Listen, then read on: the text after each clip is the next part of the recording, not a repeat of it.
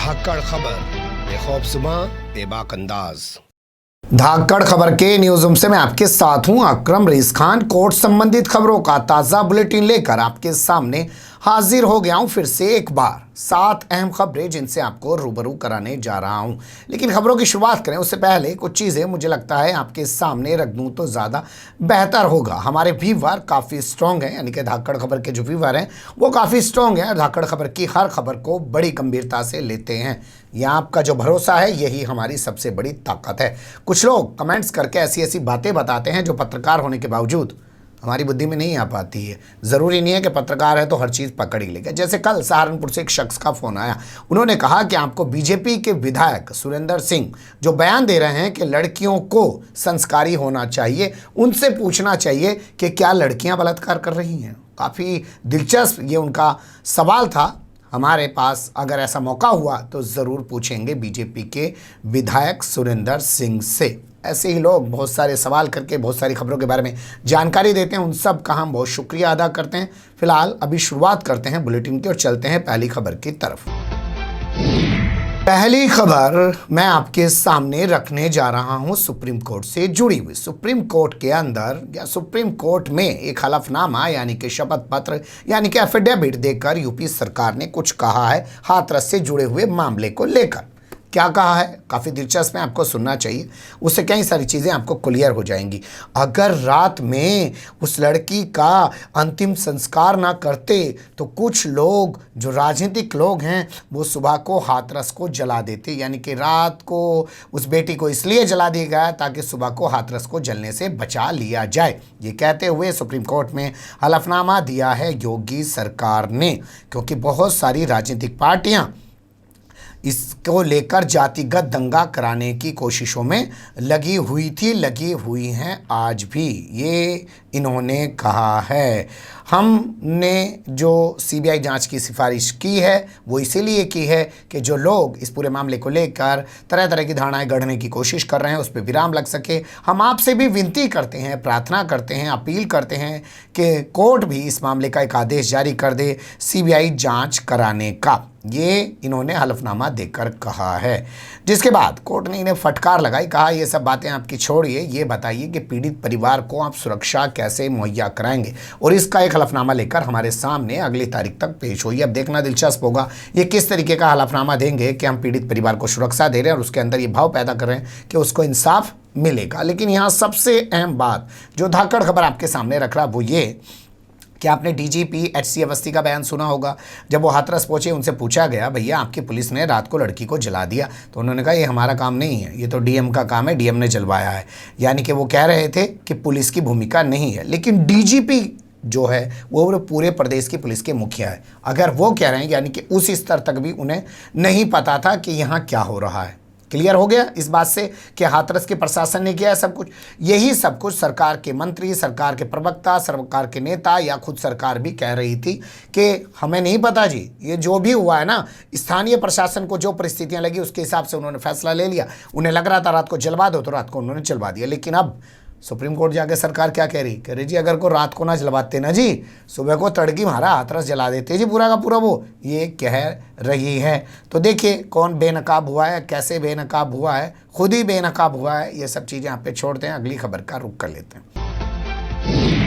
फर्जी डिग्री के आधार पर नियुक्ति पाने वाले टीचर्स को इलाहाबाद हाईकोर्ट की डबल बेंच से बड़ी राहत मिली है। क्या राहत मिली है पहले वो बता देते हैं। राहत ये मिली है कि भैया इनका जो भुगतान है जिस पर रोक लगा दी गई है, यानी इनकी तनख्वाह, इनकी सैलरी जो है वो जारी कर दी जाए, ये इनको बड़ी राहत मिली है। यानी कि अभी इनकी सैलरी पर लगी हुई रोक जो थी वो इलाहाबाद हाईकोर्ट ने हटा दी है। इस मामले पर आगे सुनवाई के लिए भी इलाहाबाद हाईकोर्ट तैयार हो गया है। बता दें आगरा के अंदर सबसे पहले भंडाफोड़ हुआ कि वहाँ की बीएड की फर्जी डिग्री के आधार पर कुछ टीचर जो है उत्तर प्रदेश में नौकरी कर रहे हैं, मज़े ले रहे हैं और अपना मलाई खा रहे हैं, यानी कि तनख्वाह मोटी मोटी ले रहे हैं। उसके बाद इस सिलसिले को एसआईटी के हवाले कर दिया गया। एसआईटी ने जांच को आगे बढ़ाया तो जांच पहुंच गई इलाहाबाद यूनिवर्सिटी तक, और फिर ऐसा भंडा फूटा कि हजारों लोग फर्जी डिग्री वाले निकले जो नियुक्ति पाकर टीचर बनकर यहाँ मजे कर रहे थे, मलाई खा रहे थे, यानी कि तनख्वाह ले रहे थे। उसके बाद एसआईटी ने सिफारिश की कि साहब इनकी इस पर रोक लगा दी जाए। मामला इलाहाबाद हाईकोर्ट की सिंगल बेंच के सामने गया, यानी कि एक जज वाली बेंच के सामने। एक जज वाली बेंच ने एसआईटी को फ़ायदा पहुंचा है, यानी कि उसी के हक में फैसला सुनाया है और इनको झटका दिया, जिसके खिलाफ ये टीचर्स जो हैं ये पहुंच गए डबल बेंच में। जस्टिस गोविंद माथुर यानी कि जो चीफ जस्टिस हैं और उनके साथ सिद्धार्थ जो हैं उनकी बेंच ने, सिद्धार्थ वर्मा की बेंच ने इस मामले को सुना, कहा भैया ठीक है, निचली बेंच के जो सिंगल बेंच के फैसले है उस पर स्टे लगा दे रहे हैं, सुनवाई आगे जारी करते हैं, क्या पूरा मामला है देखेंगे, लेकिन फ़िलहाल आप लोगों की जो जो भुगतान है आपके, उस पर जो रोक लगी हुई है उस पर अभी आपको राहत दे देते हैं, आपको भुगतान सरकार करे। अगली खबर का रुख कर लेते हैं। कानपुर की जिला कोर्ट के खिलाफ हाई कोर्ट पहुंच गया है यूट्यूब और गूगल। जी हाँ, यूट्यूब और गूगल भी मुकदमा लड़ने में कोई पीछे ना जी किसी से। और भाई भारत में काम धंधा कर रहे हैं तो मुकदमेबाजी तो झेलनी पड़ेगी यहाँ सी। वैसे तो विदेश में मुकदमेबाजी हो, पर यहाँ वाली मुकदमेबाजी कहाँ से कौन सी तीर के रूप में निकल के आके कहाँ घुस जाए किसी को पता ना चलता। एक विभाग है जी उत्तर प्रदेश का, जिसे कहें यूपीएसआईडीसी, उत्तर प्रदेश राज्य औद्योगिक विकास निगम, हिंदी में कहते हैं उसको। उसके चीफ इंजीनियर हुए हैं, क्या कमाल की शख्सियत है, नाम है उनका अरुण मिश्रा। आप गूगल पे जाके लिखो, तमाम हिस्ट्री उनकी आ जाएगी। 500 करोड़ का फार्म हाउस है, ये है वो है, यूँ है वो है, लाना फलाना। ऐसा लगता है कि भाई साहब ये चीफ इंजीनियर कहाँ से ऐसे ऐसे पैदा हो जाते हैं जो इतना सब कुछ जुगाड़ बिठा लेते हैं। उनका कहना है कि जी गूगल पे इतना सब कुछ मेरे खिलाफ निकल के आता है, जबकि मैं तो सारी अदालतों से बरी हो चुका हूं, तो गूगल यूट्यूब मेरे खिलाफ इस मामले को हटाता क्यों नहीं है। उन्होंने वहाँ एक कोर्ट के अंदर मुकदमा डाल दिया, कोर्ट ने नोटिस जारी कर दिया। नोटिस जारी होने पे ना यूट्यूब पहुँचा ना गूगल पहुँचा, तो एक्स पार्टी यानी कि एक तरफा अदालत ने फैसला सुना दिया कि भैया इनको हटा दो। तो अब गूगल यूट्यूब को जब हटाने का आदेश जारी हुआ तो गूगल यूट्यूब हाई कोर्ट पहुंच गया। कहने लगा एक बात बताओ जी हमारे पास कोई नोटिस ही ना पहुंचा, जिस पते पे इन्होंने नोटिस भेज रखा हमारा है ही नहीं, तो हम क्यों कर जाके अदालत में खड़े हो जाते हैं, तो हमें तो पता ही ना चल रहा वहाँ हो क्या रहा। एक्स पार्टी आदेश सुना दिया, या तो हमारा पक्ष सुने बगैर आदेश सुनाना गलत है, इस पर आपको सुनवाई करनी चाहिए। कोर्ट ने कहा अच्छा भाई ठीक है, जब तू यहाँ आ गया तो हम भी कुछ काम करने को बैठे। भाई निचली अदालत के फैसले को तो यहाँ चुनौती दे रहा, अगर ना देगा तो हम बैठे क्यों। भाई एसडीएम की शिकायत डीएम से ना करोगे, थानेदार की शिकायत एसएसपी से ना करोगे तो एसएसपी को भी तो लगेगा भाई हम क्यों बैठे हैं यहाँ, हमारा क्या काम है। जब सब कुछ थानेदार ही सही कर रहा तो कोई तो आओ हमारी पास शिकायत करो। खैर कोर्ट ने कहा अच्छा भाई ठीक है, हम थारी बात सुनते हैं। नोटिस जारी कर देते हैं अरुण मिश्रा को कि वो आवे और यहाँ बतावे कि भाई उसने ये इस तरीके का कोर्ट में मामला क्यों डाला और उसने पता गलत क्यों दिया है। यानी कोर्ट सुनवाई को तैयार हो गया है। अब इस मामले में जैसे जैसे आगे सुनवाई होगी हमारे पास जानकारी आएगी, हम भी आपको अवगत कराएंगे। फिलहाल यथा स्थिति जो निचले अदालत का आदेश था उस पर हाई कोर्ट ने लगा दी है, यानी कि यथा स्थिति को हम कहेंगे स्टे लगा दिया और भैया मिश्रा को कह दिया आजा भाई अपना जवाब लेके। Justice SC. त्रिपाठी की बेंच जो है इस मामले की सुनवाई कर रही है और अगली सुनवाई 23 नवंबर को करेगी। अगली खबर का रुख कर लेते हैं। हाई कोर्ट ने एएसजी से पूछा कि आप कैसे पेश हो गए इस केस के अंदर, तो एएसजी जो हैं वो इधर उधर बगले झांकने लगे और उन्होंने बताया माई बाप मैं तो ऐसे पेश हुआ हूँ वैसे पेश हुआ हूँ, और आप जिस आधार पे पेश होने की बात कर रहे हैं उसके लिए मुझे वक्त दे दीजिए, मैं निर्देश लेकर आपके सामने दोबारा हाजिर हो जाऊंगा। मामला क्या है पहले वो जान लीजिए। दिल्ली हाई कोर्ट से जुड़ा हुआ मामला है 2G घोटाला, आपने सुना होगा 1,76,000 करोड़ का घोटाला हो गया। लेकिन निचली अदालत में जब मामला फैसले पर पहुंचा तो उसने कहा कि भैया यहाँ तो कोई घोटाला ही नहीं हुआ, 1,76,000 का घोटाला तो बहुत बड़ी बात है, घोटाला नहीं हुआ, सारे आरोपियों को बरी कर दिया। इस मामले को सीबीआई और ईडी ने हाई कोर्ट में चुनौती दी है, जिसके बाद अभी हाई कोर्ट के अंदर मामला शुरू हो गया है। तो हाई कोर्ट के अंदर ये मामला चल रहा था फरवरी 2020 तक, बीच में कोरोना आ गया तो पेंडिंग पड़ गया, फिर से इस मामले की सुनवाई शुरू हो गई है। तो यहाँ जो हैं एक एएसजी हैं यानी कि additional solicitor general mister Jain उनको कहते हैं, जब वो पेश हुए तो आरोपी पक्ष के एक शख्स जो हैं उन्होंने कह दिया कि जी इनसे नू पूछो ये क्यों कर पेश हुए। इसमें आसिफ बलवा ने कहा क्योंकि हमारे पास जो अधिसूचना है ईडी और सीबीआई द्वारा जारी की गई है जिसमें अपील करने के लिए एसजी जो है यानी कि सॉलिसिटर जनरल है तुषार मेहता, उनका नाम तो लिखा, इनका नाम तो नहीं लिखा, ये कैसे आगे? तो उन्होंने पूछा कि भैया क्यों आगे यहाँ से, थारा क्या काम है यहाँ, जब थारा कोई नाम ही नहीं है, तुषार मेहता का ही नाम लिखा हुआ, आपके पास कोई सरकार का कुछ लिखा हुआ गिद्दड़ पट्टा सा कुछ हो तो दिखा दो हमें, हम मान जाएंगे। तो उन्होंने कहा जी ऐसा है, मैं तो अभी सीबीआई के जो वकील हैं यानी कि एडवोकेट जिनका नाम है रिपु दमन भारद्वाज, उनकी सिफारिश पे, उनके आग्रह पे यहाँ खड़ा हुआ हूँ जी। उन्होंने कहा जी आप चले जाओ, मैं यहाँ चला। रही बात आप कह रहे कि भाई अधिसूचना में नाम तुषार मेहता का, मेरा नहीं है, तो इसके लिए मुझे थोड़ा सा वक़्त दे दो, अगली बार आके मैं निर्देश की कॉपी ला के थारे सामने जमा कर दूंगा, फिर साफ हो जाएगा।